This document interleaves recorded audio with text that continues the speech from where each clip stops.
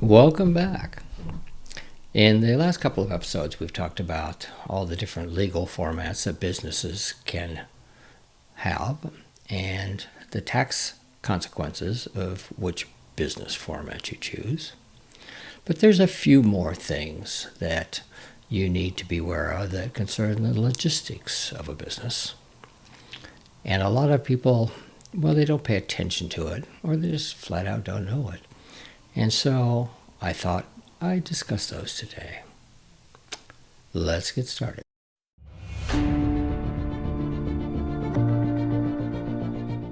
You are listening to the Mastering Business Basics podcast, where we discuss how to build a solid foundation under your small business to improve your chances of success. And now, here is your host, Roger Pearson.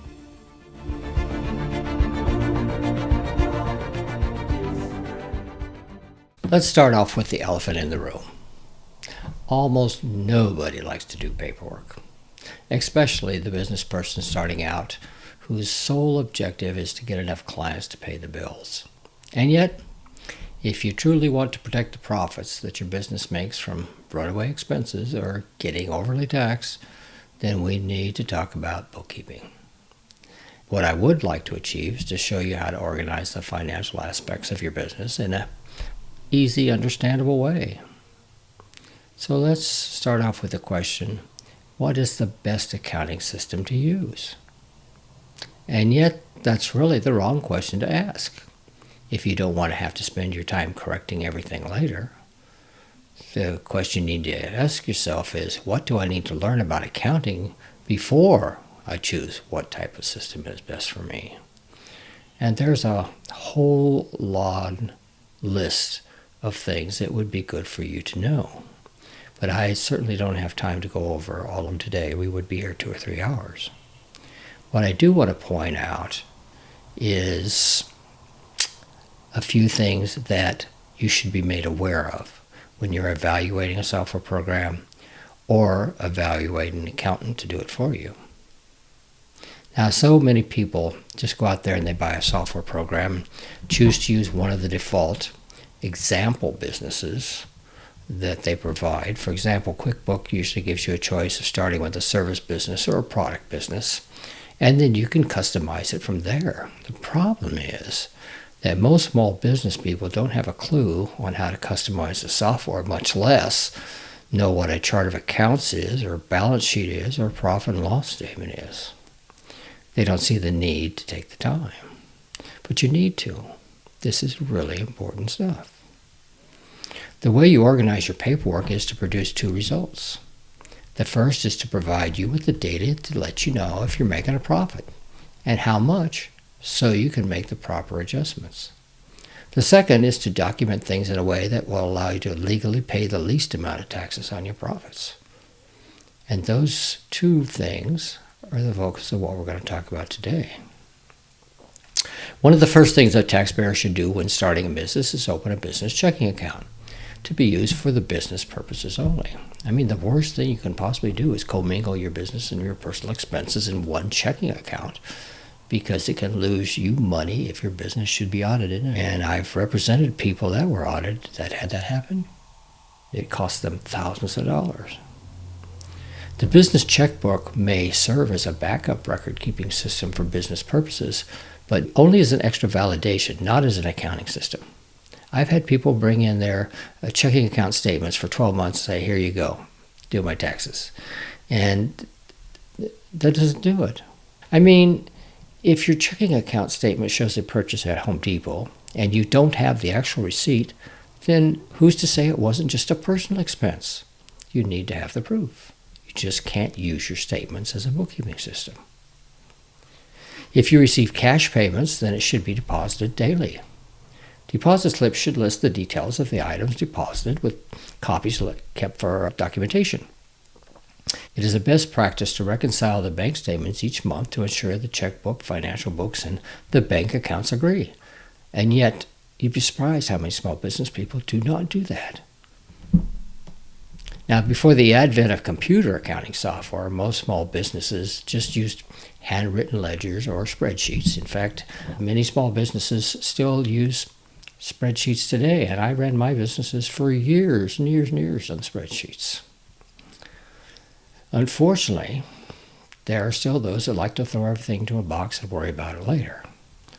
And that's the biggest way to lose a lot of money. While a simplified method of record keeping may work for some small businesses, it's not going to provide the financial statements that are beneficial to all businesses and necessary for tax return preparation for certain entity types like partnerships or corporations. I mean, these financial statements such as income statements, balance sheets, profit loss statements allow business owners and possible investors to determine the health of your business. I'm not going to go into the definition of all the income categories and all the deduction categories. In fact, the IRS has listed the 35 most common business expense categories they look for. If you'd like to take a look at them to get you started, then you're going to find them in IRS Pub 535, Business Expenses. What I want to get into today is discussing the special situations of bookkeeping that you need to know. Now, once you determine all the income and expense categories, these categories are used in both single entry and double entry accounting systems. Businesses such as sole proprietorships, which do not need or require balance sheets, may use a single entry system. Single entry system is something like you'd see on a spreadsheet. You've got your columns for income, you've got your columns for expenses. That's it. But some businesses like partnerships and corporations are actually required by law to use what's known as double entry systems. But it's really a good business procedures even for those who aren't required to. It's really hard to do double entry accounting by hand, and it's now standard to use software to keep track of all the debits and credits required. After you install your software and you enter all your company information, and before you enter any transactions, you need to go in and adjust your chart of accounts. And this is one thing most people don't do or don't understand why. The chart of accounts is designed to be a map of your business and its various financial parts. It should let you make better decisions, give you a more accurate snapshot of your company's financial health, and actually make it easier to follow financial reporting standards. Fortunately, most accounting software will start you out with a generic chart of accounts and give you a choice between a retail business and a service business. You just need to tweak it for your business. But to do that, you need to understand what you're looking at, which is what we're going to examine here. Now, a chart of accounts is a list of all your company's accounts together in one place. It's like a list of all the names of the columns in a single entry bookkeeping system. Then you add in the debt you owe, the money you have put into your business, the money people owe you, and you put it all together in a way that produces financial statements, like balance sheets, income statements, profit and loss statements, or cash flow statements. These statements are important if you're talking to possible or current investors in your business, if you're going to a bank talking about loans and things, because they want to know how much profit your company is making, and it makes it much easier to do your business taxes on top of that. The accounts listed are going to depend on the nature of your business. For instance, a taxi business will include certain accounts that are specific to the taxi business, in addition to the general accounts that are common to all businesses. In this case, the taxi business will include a fuel expense account that is not common to all businesses, but it's going to leave out an inventory account since the taxi business is a service that does not hold inventory. While you can add to your chart of accounts as your business grows, and you probably will, by taking the time to properly set up your chart of accounts when starting your accounting system, it's going to save you time in the future by minimizing changes. It's also going to give you a better way to compare year-to-year profitability and see how your business is doing in a longer term. And even if you're hiring an accountant to take care of the bookkeeping for you, they probably don't know how your business works. So it's good practice to give them a custom chart of accounts so that the reports you receive reflect how you want to view the profitability of your business. It's also going to help them understand the type of expenses that your company incurs so they can be properly entered in the company books and do a better job for you. Now, there's 5 sections in the chart of accounts. The first three sections are used to create the balance sheet. They are the assets, liabilities, and equity. The other two sections are used to create the income statement or profit and loss statement. They are income and expenses. The expense accounts will probably be the section that you customize the most to tailor them to your business. Because while the income accounts are generally the same on most businesses, different businesses have different types of expenses. And that's the part that's going to be the most customizable. So how do you adjust your chart of accounts as your business grows? The rules for making tweaks to your chart of accounts are simple. Feel free to add accounts at any time of the year, but wait until the end of the year and your final year-end reports are printed before deleting old accounts. If you delete an account in the middle of the year, it's probably going to mess up your books royally. Now, if a new expense account is what you're adding, you just add the new account and you start assigning your purchases to the new account expense. But what if you decide you want to split out some expenses from an account you already have been entering into during the year? You need to make a journal entry. And this is often the part that really confuses people. So we're going to briefly cover it here. Let's take another example. If you're in the construction business and have been adding everything you buy at Home Depot to an expense account called construction supplies, the price of wood then suddenly goes through the roof, and you decide that you need to have a better handle on how much of your budget is going towards buying wood. How would you handle that in the accounting system? First, you go to the chart of accounts and you create a new account under expenses. Now all the wood that you buy would be assigned to the wood account, and all the rest of the nails and screws would be assigned to the construction supplies. But what about the wood that you entered under construction supplies in the first part of the year? How do you move it over to the new wood account so you can run a report and see how it's affecting your business? Again, you make a journal entry. And since you're using a double entry accounting system, 2 entries are needed for any transaction. The software reads the chart of accounts and does this automatically for you, except when we need to adjust something in the books like this. The confusing thing is a journal entry is the terminology. Essentially, a debit adds to the account and a credit reduces the account, which is backwards to the way most of us think about these words. If you're looking at your checking account, a debit reduces your balance. But in a journal entry, a debit increases the account. In your checkbook, credit usually increases your account, but in a journal entry, it reduces the account. It took me a while to learn all of that. You got to kind of think backwards. Can you imagine before computers when accountants had to make a double entry by hand for every single sale and every single purchase a business made? But it definitely earned everybody that they charged. The next thing I want to talk to you about is reports. Now, depending on the degree of detail that you've set up in your chart of accounts, there's a lot of reports that you can create with your accounting software to look at your business dynamics in different ways. These financial statements are used by investors, market analysts, and creditors to evaluate a company's financial health and earnings potential. And the 3 major financial statement reports, of course, are the balance sheet, the profit and loss or income statement, and the statement of cash flows, as we mentioned previously here. Now, the balance sheet provides an overview of the assets, liabilities, and stockholders' equity as a snapshot in time. It's usually run at the end of the fiscal year or the end of the calendar year, whichever your company uses, and it usually has at least 2 years worth of data on it so that you can compare this current year to a previous year to see how your company has progressed. The profit and loss statement primarily focuses on a company's revenues and expenses during a particular year. And once the expenses are subtracted from the revenues, the statement produces a company's net profit for the year. This is the main document that you also use to do your taxes. The cash flow statement measures how well a company generates cash to pay its debt obligations, fund its operating expenses, and fund investments. And this was one that's mainly used by investors and bankers to see how your company is doing.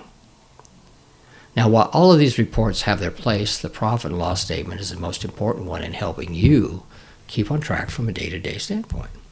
And by learning to create and to read it, you're able to tell what your net profit is at any day of the year. And I always tell you, anytime we go into training people, a good businessman will be able to tell me what their net profit is year to date, anytime I ask. Then I know that they have a handle on their business if they're reading their P&Ls on a regular basis. The last thing I wanted to mention is about hiring help, because a lot of people really have a lot of misconceptions about the legalities of this, and there are a lot of legalities when it comes to hiring help. Eventually, as your business grows, you're going to probably need to find some people to help you. So let's review the basics of what you need to know about the legal requirements and the paperwork involved in doing this. They can be treated in one of two ways. They can be treated as employees, they can be subcontractors. And treating somebody as an employee means that you control the way they work, you tell them where to work, how to work, when to work, just as if you were working for somebody else. You have to have the new employee filled out two forms. A form W-4, which tells you how much tax they want withheld, and the Form I-9, which verifies that they're legally in the United States and allowed to work. You must then withhold the income taxes from each employee according to how they filled out their W-4. You must also withhold the employee's share of Social Security and Medicare tax, and also pay the employer's share of Medicare and Social Security tax, known as FICA.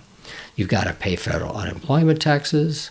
You got to pay state unemployment taxes. You got to pay workers' compensation premiums. And these are normally remitted monthly, quarterly, depending on the size of your business, along with all the appropriate forms. Since the employee pays only 50% of their Social Security and Medicare taxes, you need to figure into your budget the other 50% that you as the employer must pay. Now, both halves currently total 15.3% of the gross income, plus the unemployment taxes and the workers' comp premiums. There have been businesses out there that started to have cash flow problems and stopped sending these in when they were due, and you never want to do that. The IRS is the worst debt collector in the world, and they never forget. They will not go away. So be sure to put these things in your budget.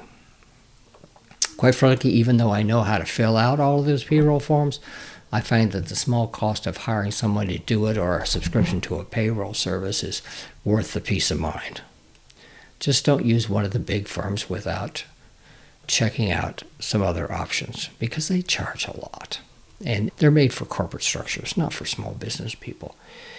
You need to check around, you need to check prices, you need to check referrals. Some of the accounting software on the market also provide payroll services for an additional fee. And you may find small business services department at your local bank or credit union also has payroll services at a very good rate. So I would check those first. Now, you must transmit your W-2 information with the corresponding W-3 cover sheet to the Social Security Administration by January 31st of each year to avoid penalties. And if you're mailing it in, it has to be postmarked by January 31st. And you have to use these pre-printed official government forms, and you usually find them at like the major office supply stores. And if you have state income tax, you're also going to have to send the appropriate forms to your state Department of Revenues.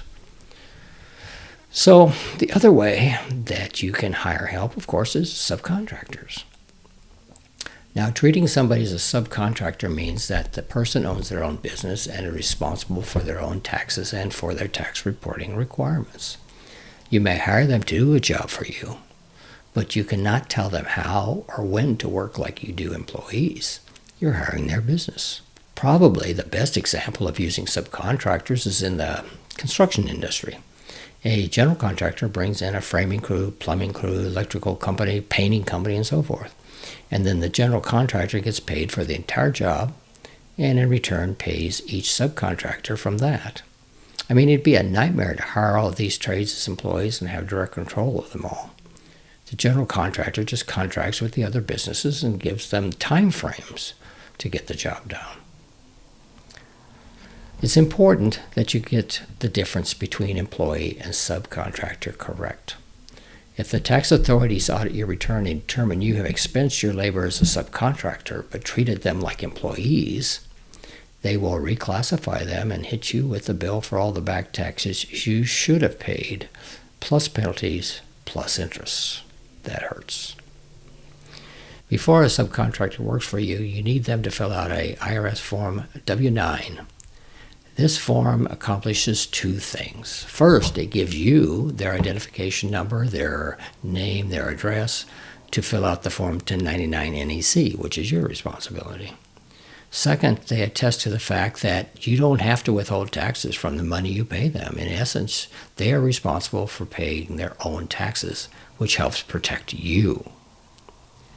Any subcontractor you pay more than $600 a year to must be given what's known as a Form 1099 NEC. And NEC stands for non-employee compensation. And it states the amount you paid them, and it lists their identification number, whether it be their Social Security or EIN, and their address. A copy of the 1099 NECs along with their 1096 cover sheet is then transmitted to the IRS, showing that they are responsible for their own taxes and thus helping protect your business from reclassification. And again, these must be transmitted or sent by January 31st of each year. Now, many small businesses give 1099 NECs to all their subcontractors they hire, even those that they are paid less than $600, just to have a paper trail in case of an audit. Whether to hire employees or subcontractors really comes down to the type of business that you're in and how much control you wish to have over those who work for you. And knowing these guidelines should help you make better decisions on the right course of action for you. Be sure to follow them. One of the things that really has aggravated me when it comes to this classification thing is I see kids coming out of high school and they'll go out and they'll get a job, whether it's at a food truck or there's all kinds of different things. And they'll come in, they'll do taxes for the first time. This is great. And they're expecting a refund. And they hand me a 1099 NEC. And I say, congratulations, you're in business for yourself. And they go, what? You mean I'm not getting a refund? I said, well, no, because you only get a refund if you're a W-2 employee and they have withholding on it. You get back your withholding. When you get a 1099 NEC, you're considered self-employed. So you actually are going to owe taxes because you've got to pay your own taxes on the money you earned. And they freak out. I think it's absolutely horrible that there are unscrupulous people out there that are hiring people and not explaining this properly to them. They'll say, hey, you got to sign this form, this W-9 if you want to go to work for me. Fine. They just sign their name. They don't want it. It's not explained to them. They don't understand what they're signing. And this happens to them. And I hate to see it, but it's out there. So don't be one of those people. Okay. I'll get off my soapbox there. I'd like to take a moment to tell you about an experience I had this week.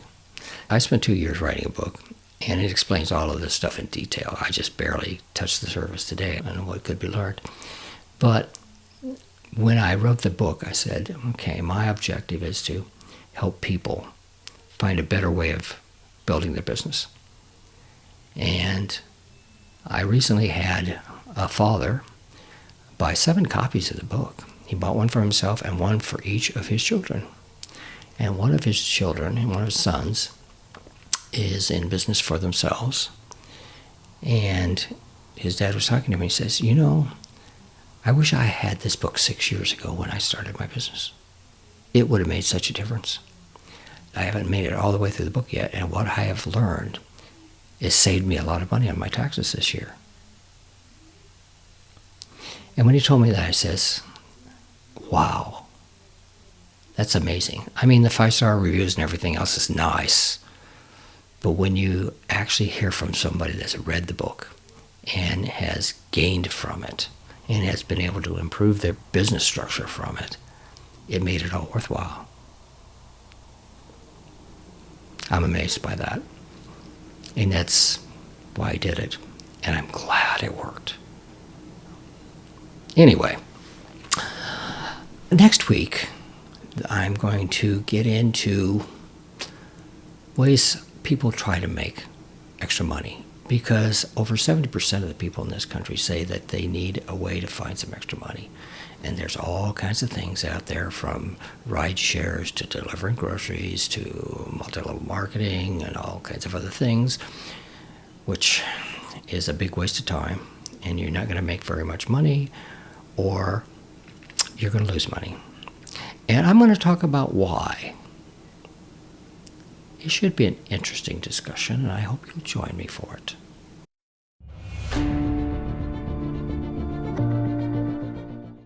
You have been listening to the Mastering Business Basics podcast with your host, Roger Pearson.